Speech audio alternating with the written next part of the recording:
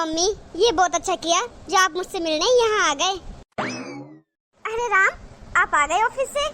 देखो हमसे मिलने कौन आया है। मम्मी और तुम्हारी छोटी साली पूजा आई है। नमस्ते दामाद जी। हाँ ठीक है नमस्ते। काजल जाओ मेरे लिए एक गिलास पानी लेके आओ। राम, इतने दिनों बाद आई है मेरी मम्मी, तुम कम से कम नमस्ते तो ढंग से कर देते। तुम कैसे बिहेव कर रहे हो?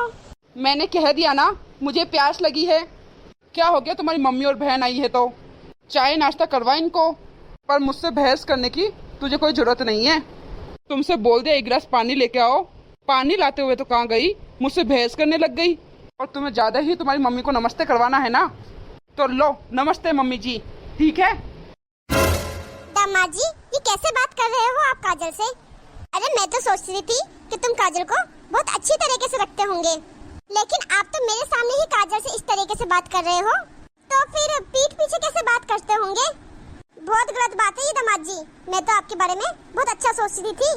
मैं तो सोचती थी कि आप काजल से बहुत प्यार करते हो, बहुत प्यार से रखते होंगे। और रही बात नमस्ते की, नमस्ते करने कोई बड़ी बात नहीं है, आप नहीं भी करते तो भी चलता, लेकिन कम से कम बात तो अच्छे से करो, व्यवहार अच्छे से रखो। हाँ जीजू, आप दीदी और मम्मी से ऐसे कैसे बात कर रहे हो? मम्मी तो आपसे उम्र में बड़ी है। अरे नमस्ते नहीं करना तो कोई बात नहीं, पर कम से कम इस तरीके से तो बात मत करो मम्मी से। और आप दीदी से भी ऐसे बात कर रहे हो। अरे जीजू आप तो पढ़े लिखे हो, एजुकेटेड हो, आपसे ये उम्मीद नहीं थी जीजू। तुम तो अपनी जुबान पर लगाम ही रखो, ठीक है। जब बड़े बात कर रहे हो ना तो छोटों को तो बीच में बोलना ही नहीं चाहिए। और रही बात हम दोनों मियाँ बीबी की, आपने तो अपनी बेटी की शादी मुझसे कर दी है, तो अब ये हम दोनों मियाँ बीबी का मैटर है, तो तुम दोनों को बीच में बोलने की कोई जरूरत नहीं है। आप दोनों यहाँ मेहमान बन के आई हो तो मेहमानों की तरह रहो, चाय नाश्ता करो और जाओ अपने घर। लेकिन हम दोनों मियाँ बीबी के बीच में आग लगाने की कोई जरूरत नहीं है। एक तो समझाते हुए कहाँ गए इसको, उल्टा भड़का रहे हो इसको। अरे मैं थका हुआ आया हूँ ऑफिस से, एक गिलास पानी देते हुए तो कहाँ गई, बस बहस करने में लगी हुई है।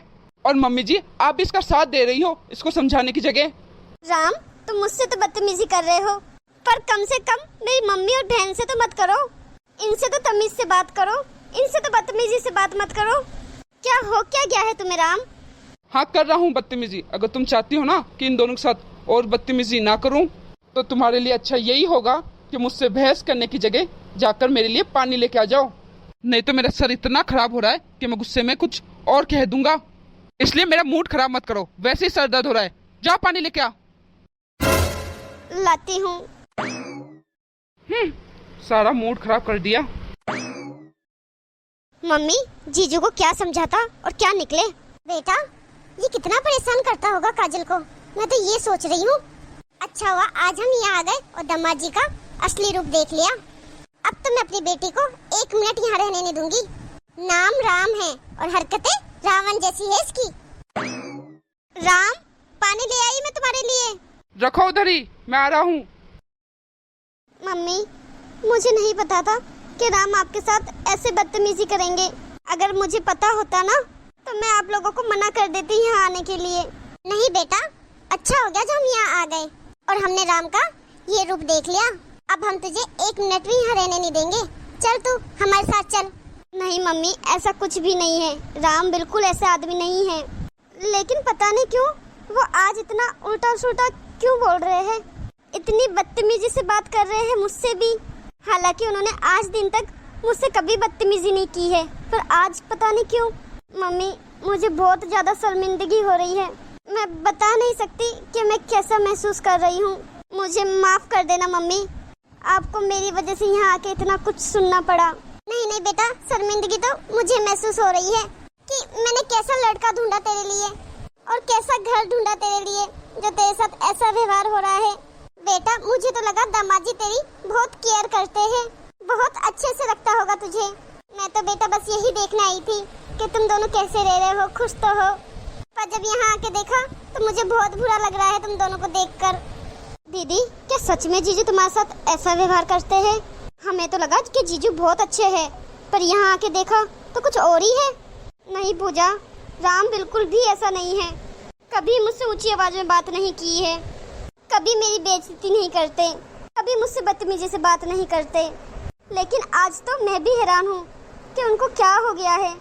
हो सकता है उनके ऑफिस में कुछ हुआ है, क्या पता वहाँ का गुस्सा ये यहाँ आके निकाल रहे हैं। पर जो भी है ये गलत कर रहे हैं। बेटा बात जो भी हो, पर इतनी बेइज्जती सुनने के बाद अब मैं यहाँ 1 मिनट भी नहीं रह सकती। मैं तो सोच के आई थी कि आज रात मैं तेरे साथ यहीं रुकूंगी, लेकिन नहीं बेटा, अब मैं यहाँ नहीं रुक सकती। नहीं मम्मी, अगर आप यहाँ से चले जाओगे और ऐसे जाओगे तो मुझे बिल्कुल अच्छा नहीं लगेगा। प्लीज आज तो मेरे साथ रुक जाओ। नहीं बेटा, ऐसा भी तो हो सकता है कि दामाद जी को हमारे यहाँ आना अच्छा ना लगा हो, इसलिए हम जाएंगे बेटा, हम नहीं रुकेंगे यहाँ। ठीक है मम्मी, इतना कुछ हो गया, अब मैं आपको ज़्यादा फोर्स भी नहीं करूँगी यहाँ रुकने के लिए। एक काम करती हूँ, मैं आप दोनों के लिए टैक्सी बुक कर देती हूँ, आप दोनों उस पर चले जाना। नहीं नहीं बेटा, हम चले जाएंगे, तो पहले ही परेशान है और परेशान मत हो। हाँ हाँ दीदी, आप टेंशन मत लो, हम चले जाएंगे। हाँ, अब बोलो क्या बात करनी है। नहा धो के फ्रेश हो गया अब मैं। राम, मम्मी और पूजा घर वापस जा रहे हैं। अच्छा, इतनी जल्दी? मुझे तो लगा कि आज हम लोग बैठेंगे और ढेर सारी बातें करेंगे। चलो कोई बात नहीं, जा रहे हैं तो जाने दो। वैसे नाश्ता नुश्ता तो करवा दिया ना तूने इनको? करवा ही दिया होगा, तुम्हारे घर वाले हैं जो। अच्छा मम्मी जी, तुम लोग जा ही रहे हो तो मेरे बहुत सारे ऑफिस के जूते हैं, नीचे बिल्डिंग के पास मोची बेचता है, उसको देते जाना, वो पॉलिश कर देगा। कम से कम 5-6 जूतों की जोड़ी है, लेते जाना। अब मैं नीचे जाऊंगा तो खामोखा मेहनत लगेगी। आप लोग जा ही रहे हो तो देते चले जाना। क्या तुम्हारा दिमाग तो ठीक है ना राम? जब से मेरी मम्मी आई है तब से तुम उनकी बेइज्जती करे जा रहे हो, लेकिन अब तो हद ही हो गई। मेरी मम्मी क्या तुम्हारी नौकरानी है? मेरी मम्मी पहली बार मुझसे यहाँ मिलने आई है और तुम इनकी इतनी बेइज्जती करने के बाद ये कह रहे हो कि तुम्हारे जूते जाके मोची को दे दे। अरे ऐसे कौन करता है किसी के साथ? राम, तुमने तो सारी हदें पार कर दी। मुझे बिल्कुल नहीं लगा था, मुझे तुमसे ये उम्मीद नहीं थी कि तुम मेरी मम्मी की इतनी बेइज्जती करोगे। यार ये रोना धोना मत करो तुम मेरे सामने, सिचुएशन को इतना सीरियस मत बनाओ। अरे क्या हो गया, अगर मम्मी जी मेरे जूते ले जाके मोची को दे देगी तो मम्मी जी घिस थोड़ा ना जाएगी। हाँ बेटा, सही कह रहे हो तुम। अगर मैं तुम्हारे मोची को जूते देते हुए चली जाऊंगी तो घिस नहीं जाऊंगी, पर बेटा बात करने का एक तरीका होता है। जब से आए तब से तुम हमसे बस उल्टी बातें करे जा रहे हो। बेटा ये क्या तरीका है बड़ों से बात करने का?